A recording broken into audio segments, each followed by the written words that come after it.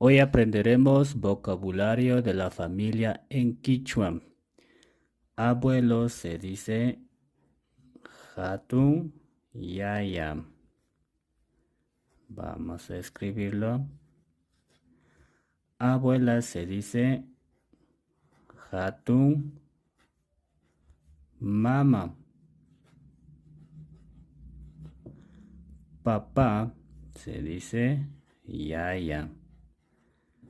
También suelen decir Taita. Mamá se dice mama. Solo quitamos la tilde. Hijo se dice churi. Hija se dice ushi. También hay lugares donde dicen ushushi.